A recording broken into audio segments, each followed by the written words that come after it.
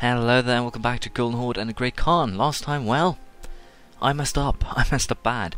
I did declare war on Castile, but I also messed up bad. Instead of making peace with the French by giving up the Muscovy provinces there, I ended up making peace with Castile, and I didn't realize until I had done so. But however, I am looking forward. I'm trying to come back. I've had a little bit of time now to relax, and the goal for the future is basically going to be peaceful vassalization of, well, these guys. I'm a little bit unsure if I can actually pull that off due to the improved relations, things like that, but I can always go with Proclaimed Guarantee, Military Access. That'll give me an extra 20, and as such I think I will be able to make them my vassals. That's at least the goal. Westernization, as you might know, is not something that will happen during this game, because simply it's going to take too long and pay off too little, especially with the mess-ups that I have already done. We did also declare war on the Timurids and Muscovy last session. We finished the war with Nagia, among other things. And the goal now is basically to beat on Muscovy, try and defend Japan to some degree here, and potentially force Muscovy to hand over some Japanese provinces just to... In theory, I would actually prefer to be able to make Japan here into a protectorate potentially, but we'll see. I don't think I'll conquer them on my own. So that's basically where that reasoning comes from. When it comes to, well, these guys, my vassals are doing the work. As you can see, a doom stack from the Ottomans is more or less what is causing most of the damage, but even so, they are doing a pretty decent role here. And of course, because one bad thing does not come alone, 10 years of regency now, and of course the legitimacy will hurt quite a bit during this time, unless I get the power projection up high. So we have 17 pretender rebels, and there will be 10 years now of 10 years now of regency, which is not a good thing at all. It means that I should probably take as much as I can from the Timurids and Muscovy ASAP. I should probably focus on the integration of Shun, and potentially, well, prepare myself for the inevitable war. Also, this means that if I can take everything here from Muscovy, I will. And of course, vassalizing Georgia will climb a lot higher on the list. Our relations suddenly hurt like hell here. Why? Threatened, perhaps? I don't know. Anyways, we definitely have to fix this. Guaranteed, we will offer military access. But yeah, if I can vassalize them, that's fine. If not, then we'll have to use force. But with the current changes, we'll definitely go for a more brutal approach to the amount of land that we're taking. The royal marriage, of course, that's what we lost. I didn't think things through there. But yeah, as I said, the goal here now will be to hurt Muscovy as much as possible, potentially sieging their entire land and breaking them apart that way. We'll have to consider, but for the time being I'll just siege the area here, and then we'll probably march on this stack here. And no, Austria, you're not getting military access, my apologies. I might consider getting myself an alliance, if you will, with the Austrians. That could, in theory, be really that could actually be really good if I manage to pull off an alliance with the Austrians in an upcoming war against France. I can just keep the Austrians more or less as a shield, have the French run out all of their battle power, if you will, against them rather than me. But we'll see. There's a lot of potential well, problems, etc. So we'll just deal with that as it goes, more or less. For now, I'll fight the wars. If anything interesting happens, I'll show you. Once the Timurids fall, I'll get to you with a peace deal. But other than that, we'll just allow time to pass here. So the war with Timurids, this is the deal we'll be going for. Dundar I can sell to Mahaba. The rest I have claims on, so I'll be coring that myself.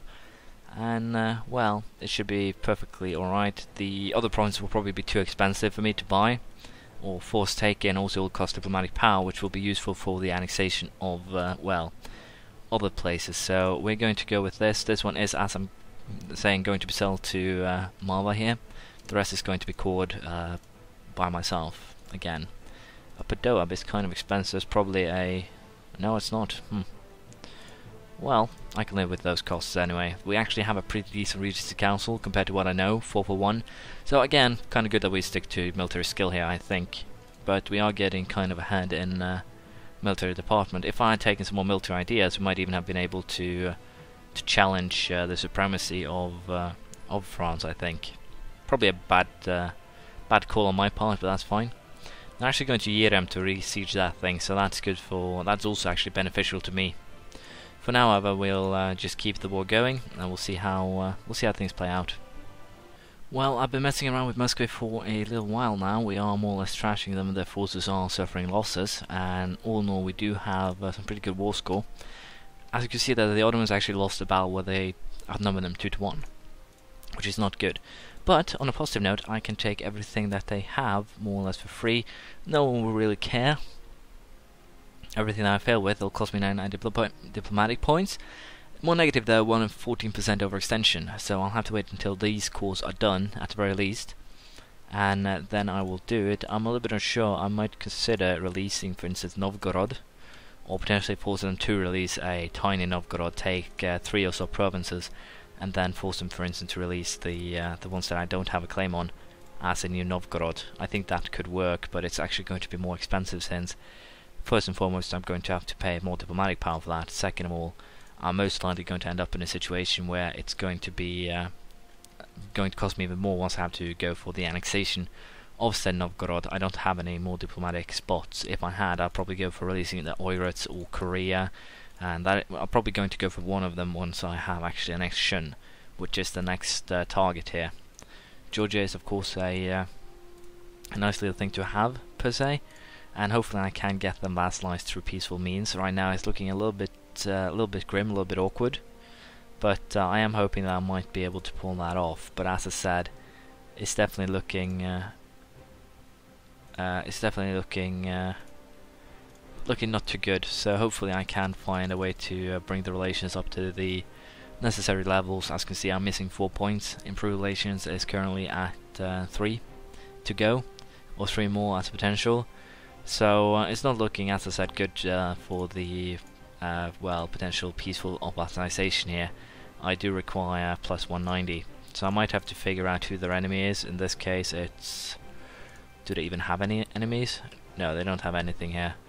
So potentially I might have to consider, as I said, warfare, unless of course I can use subsidies here to make this work. We'll have to see. Selling them provinces is out of the question, because it will give even more problems with the border, and if I can't have my way, then well, it will be perfectly useless. So for the time being, there's not really too much we can do. I'm going to convert this thing though. Might wait until that is done before we end the war with Muscovy. I'll consider that. I'll probably just leave it to my vassals to wage the war, and we'll see how it all plays out. I can't remember any good other ways here to solve this. Casus Belli, waiting for that one to expire could be one way, but other than that I don't see any good way. So we'll try 189 for 10 years, or 1 even, just to see if it gives any boost to relations. Receiving subsidies 0.51 yearly. Well, that's not really going to help. Can I cancel them and give them more, or will that hurt relations even more than that? Probably.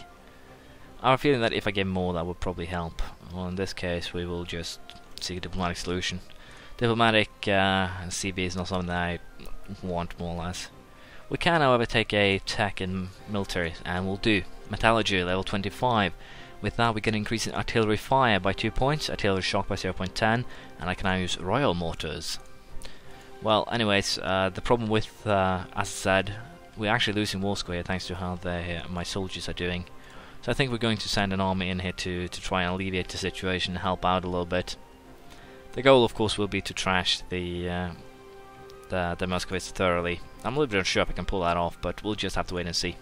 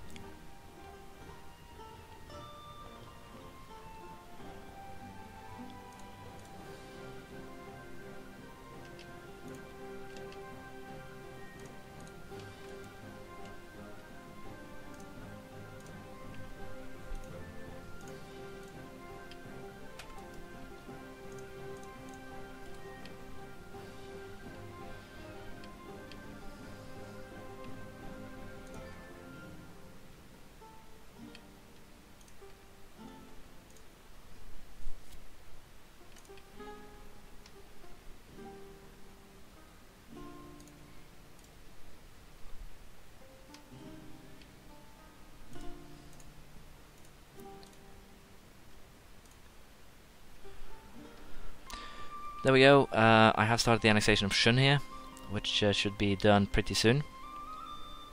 Hopefully that is. And basically the rebels should be doing well. I have no idea if I messed up recording, but basically what I've done, just as a little bit of a warning here, I took all the Muscovy provinces. They brought me over the overextension limit. We're currently coring everything, which is what we want to do. We have started the annexation of Shun. They have basically 1/5 of my current base tax. We also have some funny events here with currently completely destroying Muscovy's army. And again, I'm sorry if I'm saying this twice, I have to check my recording. But anyways, the goal for now is to try again to see if we can get Georgia here to be completely vassalized. I think I'm going to take a chance here by cancelling the subsidies, trying to give them a bigger one. And we have some more rebel spawns, but we should be fine with our current amount of manpower. So first things first, we're going to sell this province to Dunda, no to Marva. Just a little bit of alleviation of our current bad overextension. And secondly, I am going to cancel the current subsidies. Stop the monthly gold, and apparently it didn't hurt relations at all. So I can try to give them something more like 18 a month, and see if we can just bring the relations up with the help of that. I have no idea if we will actually give them any more, if it'll actually work, but I can always test that. So 487 yearly. So I'll just have this running for a year or two, and then we should be fine. So I'll just get to that, and we'll see how the situation evolves. There we go. We only had rebel events for the most part. Had a -50 diplomacy points, but other than that, the issue with overextension was solved rather well peacefully to some extent. There weren't too many rebels or anything like that. So all in all, the mistake led to a very simple solution, if you will. The end result is that we lost a ton of admin points, lost some diplomacy points, and that is basically the end of this. Other than that, I would probably have already been done with the achievement if I hadn't messed up. So those are basically the two negatives of the situation I created here. Now, the reason why we're losing so many points is or soldiers, I think, is due to, well, the Shun guys. I hoped, but apparently I was thoroughly beaten, which is not good. But anyways, yes, the pen is backed by the sword. The respect is overdue. The passports carried by our diplomats have come to represent the credibility and consistency of our national purpose. Secure in the knowledge that our ambassadors speak words backed with the full authority of our government, the emissaries are given smooth travel and fast horses to ensure their duties are performed with haste. The respect is overdue. So I get 5 years of, well, quicker envoys, probably due to the tech tree, or the ID tree, sorry, that gives the faster envoys. I believe it's here somewhere. Yeah, this one, postal service, envoy travel time. It's probably what helped, I would presume. Georgia is now in a position where they will accept the vassalization. So there we go. I now have my, well, half my buyout card in the event of a potential war with who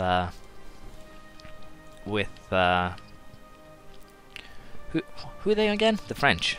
And also, of course, Austria would love to have an alliance with me, which I'm going to most likely create as soon as the annexation is done. Provided, of course, I don't attack them before that. France, Portugal even now, that can actually be a problem. But Portugal isn't in the area, so at least I'm safe in that regard. But even so, it's not the best thing ever. I still have to wait 5 more years, though, due to Regency Council. So I'll just focus on basically stabilizing my realm. I'll see if I can get some deals here with, well, potentially some less negative people to me. Castile here, for instance, would not be a good ally. Portugal would. So I'm just going to keep on improving relations with the people that could be useful to me and get rid of everyone else, more or less. Public claims is also on the list of things that I will be doing. So hopefully this will be well, to some degree, a useful future. We'll just have to wait and see until the Regency Council is over. A little bit of news: Timurids has been annexed by Vinagia, which makes it well, a little bit of an interesting situation. I'm probably going to be fabricating claims on the northern parts here. I'm a little bit unsure in terms of culture, but these guys will take these 2 provinces. They'll also take a pretty damn large area if you consider everything taken. But Kuchia has basically run their purpose down. I kind of want to have either Timurids or Korea as the next vassal, because they will be useful. And as such, we're going to go ahead here and actually improve relations, annex them. Portugal here will not accept a alliance no matter what we do, more or less, so we're just going to keep ourselves out of that situation. Bad news, Great Britain is back here, but they were beaten back once and they can probably be beaten back twice. As I said, I want Korea and potentially Eurasia as a vassal. That's why we're annexing both Shun and Kuch. That's at least the plan. Other than that, I'm going to keep on fabricating claims on Vinagia, and we're probably going to go for a pretty damn big war as soon as, well, peace has been sung, more or less. Or the regional council is over, my bad. I'll also be definitely aiming to take these two, again, to create a easier pass, if you will, for my soldiers and such. It seems like something interesting is happening in Vinagia. I haven't actually gotten a event or any news on that, but there are tons of nationalists here, so basically the northern part might become real easy to take. And it also seems like these guys up here are actually favourable to the Marva. So I might have to invest some money in, well, helping these guys out. We'll have to see. Anyways, Khalid the second Chagatai had just come to age 232, not the greatest. There is a little bit better, 515, although diplomacy-wise we might be in a little bit of a trouble, some situation. It doesn't really matter, we are getting some benefits, so what I think we will do now is leave Vinagia alone, mostly due to the fact that they are kind of trashing themselves. Rather than that, we'll probably fabricate some more claims on Yemen and go after them. I think that might be the way to go. Or potentially here we might go for straight out another war against Castile and their ilk. But the problem, of course, is the French. I am a little bit unsure what I can do, but if the cancellation of a deal with Georgia is enough, that will be great. If Portugal can be getting out of this war in another way, that would be great. So what I think we're going to do now is basically offer Austria the deal here. The only problem, of course, is that they have a truce with Castile itself until the 22nd, 3 more years. So we're going to wait until 1722, and then we're going to attack. Hopefully some alliances will be broken by then, etc. Potentially here we might have some easy wars in Vinagia that we might wage. There's a lot of potential here, so we'll just have to see, wait and see how the things play out. If we end up in a war with Great Britain, that could actually be good, because we can then kick them out of Vinagia. But the reason why Portugal is a little bit scary to think about is they have a fairly big part of land over here, so they could, as I said, potentially here become a real problem. But we'll consider that next time. Again, sorry for messing up so badly last time, and hopefully I'll do better next time. I will definitely, most probably, hopefully, fight against Castile again. I'll see you then. Bye.